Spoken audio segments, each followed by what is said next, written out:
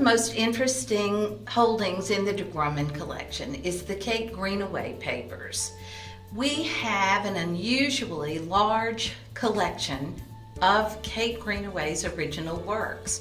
Greenaway was one of the early illustrators. She and Randolph Caldecott were contemporaries, and she's one of the ones who really propelled children's literature into the limelight, where it became the golden age of children's literature shortly after she and Caldecott began their work. The interesting thing is the wood blocks that we have in this collection. I've pulled out several of the wood blocks for a particular book that we have, which is The Marigold Garden. Caldecott and Greenaway shared an engraver whose name was Edmund Evans, and Evans was the one that actually worked to make children's literature and children's books rather ubiquitous. He was the one who did this key block, which has the entire illustration that Greenaway created, and it's right here on this book, which is from the book Marigold Garden.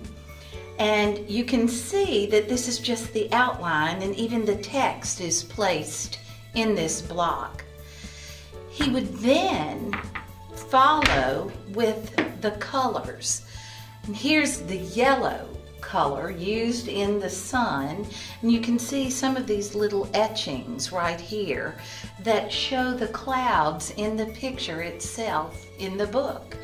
All of this was done by hand in order to print several, well, I think that I read at one point overseas over 100,000 Kate Greenaway books were printed.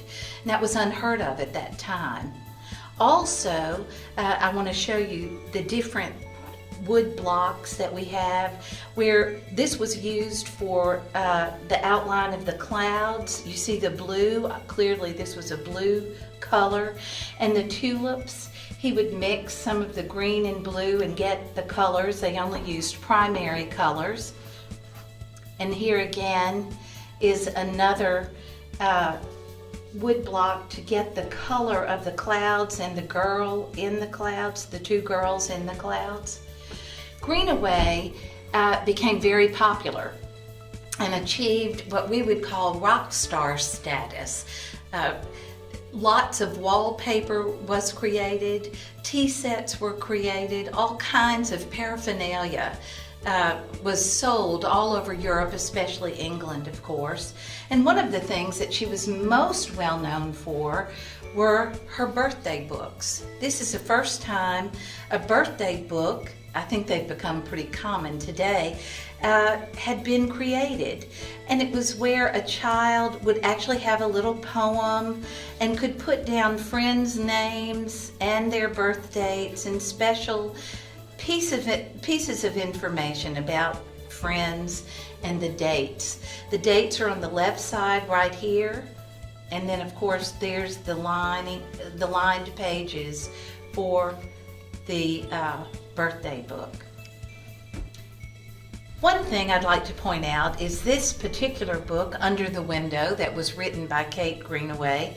Edmund Evans was interested in this book and presented it to Routledge Publishers. It was the first book that Greenaway published, and it brought her immediate fame and success.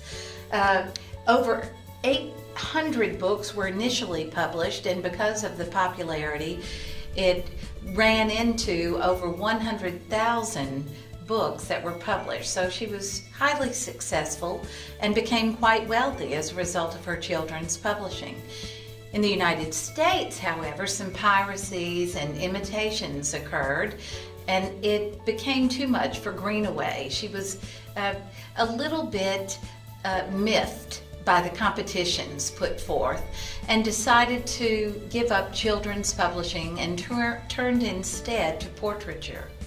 What's interesting about the de Grummond holdings is the fact that we do possess not only what Greenaway did with children's publishing, we also have the portraitures that are hanging in our gallery. And I invite you to come by and explore these on your own.